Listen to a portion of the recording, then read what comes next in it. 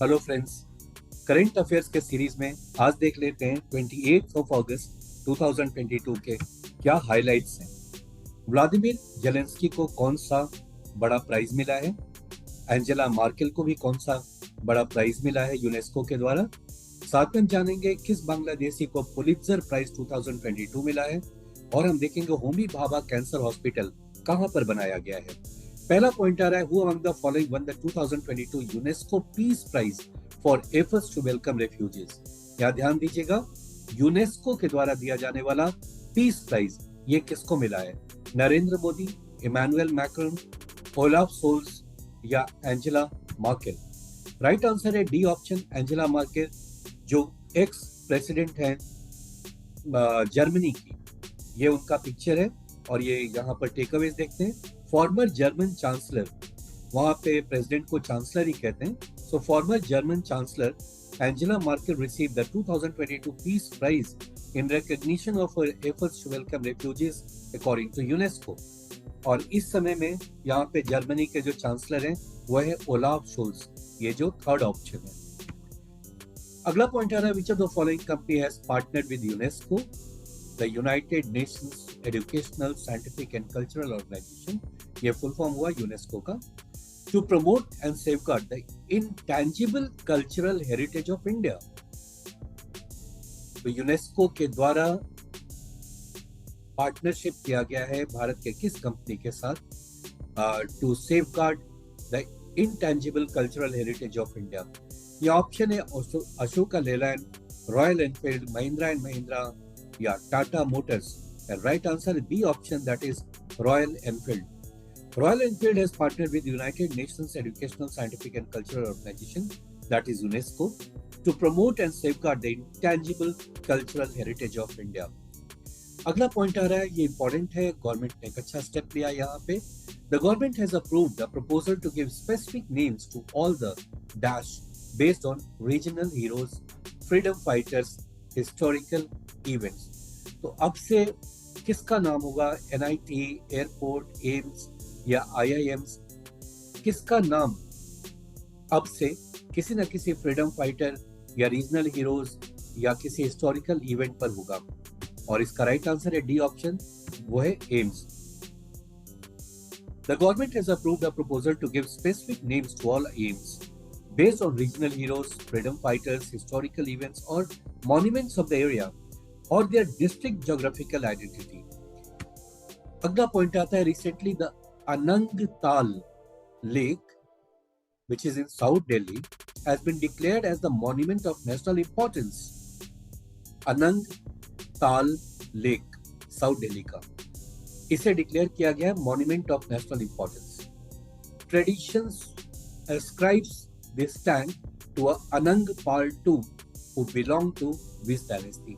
तो किस डायनेस्टी के राजा जिनका नाम अनंगपाल II था, जिन्होंने इसको बनवाया है, वो किस डायनेस्टी से थे? यहाँ ऑप्शन है आपको, Mughal dynasty, Tomar dynasty, Lodhi dynasty या फिर तुगलक डायनेस्टी। और B option is the right answer, that is Tomar dynasties, जिन्होंने दिल्ली को भी बसाया था, तोमर्स। इसका हाइलाइट्स देख लेते हैं। As per the website of national mission on monuments and antique, tradition ascribes this tank to a Tomar king Anangpal II, the builder of Lal Kot.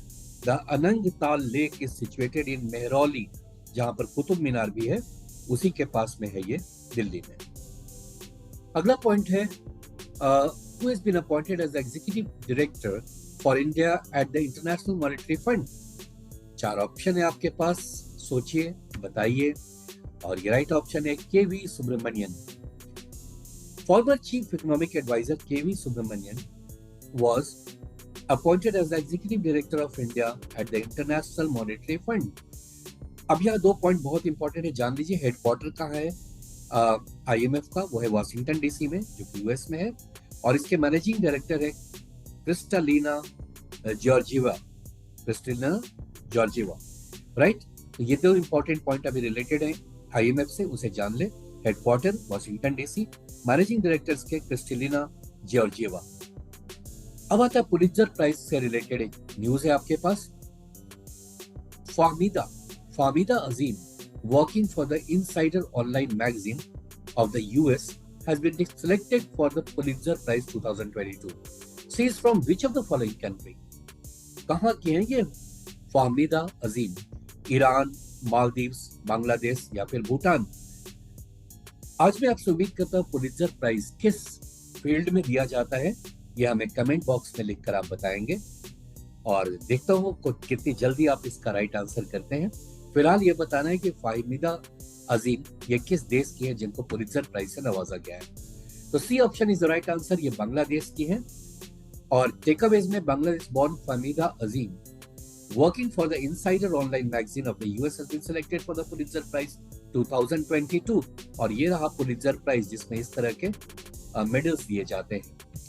और इनको देख लेते हैं, ये रही फाहमीदा अजीम, ये उनका फोटो है, ये उनके कुछ बुक्स हैं जो उन्होंने लिखे हैं। Part of winning team Pulitzer prize for illustrated reporting and commentary 2022। बहुत इंपॉर्टेंट न्यूज है ये। अगला पॉइंट आता है, prime minister Narendra Modi has inaugurated Homi Bhabha cancer hospital and research centre at which of the following city? Mohali, New Delhi, Bhubaneswar, Ahmedabad. काफी भव्य है, काफी बड़ा है और काफी लोगों को इससे फायदा पहुंचेगा क्योंकि इतना हेवी इन्वेस्टमेंट के साथ ये पहला इतना हेवी इन्वेस्टमेंट वाइज मैं कह रहा हूँ में काफी बड़ा ये कैंसर हॉस्पिटल बनाया गया है। तो ये बना है मोहाली में, जी हाँ मोहाली में, Homi Bhabha cancer hospital and research centre at Mullanpur, Mohali. The hospital has been built at a cost of over 660 crore rupees by Tata Memorial Center, an aided institute under the Department of Atomic Energy. अब आते हैं, एक famous person यहाँ दिख रहे हैं इस समय, बिल्कुल छाए हुए हैं। कंट्री वाइज इनका पावर बहुत स्मॉल है मगर एक बहुत बड़े कंट्री के अगेंस्ट ये डट कर मुकाबला कर रहे हैं। और शुरू में तो लगा था ये हार जाएंगे मगर अभी तो अब 100 दिन से ज्यादा ये लड़ाई चल रही है और ये अभी भी टक्कर देते चले जा रहे हैं। फिलहाल इनको मिला है the 2022 Liberty medal by US government and that will be awarded to who of the following? अगर आप पहचान लिए हो तो आंसर आपके लिए बहुत इजी होगा। Joe Biden, Narendra Modi, Emmanuel Macron या व्लादिमीर जेलेंस्की। ये स्पेलिंग बहुत ही जबरदस्त है, फिलहाल इसे हम बोलेंगे व्लादिमीर जेलेंस्की। और D option is the right answer. Takeaway is that the 2022 Liberty Medal will be awarded this fall to Ukrainian President Volodymyr Zelensky. The National Constitution Center announced that Zelensky will be honored in a ceremony in October for what is called the heroic defense of liberty in the face of Russian tyranny. Right friends, तो आज के ये सारे important news थे। मिलते हैं कल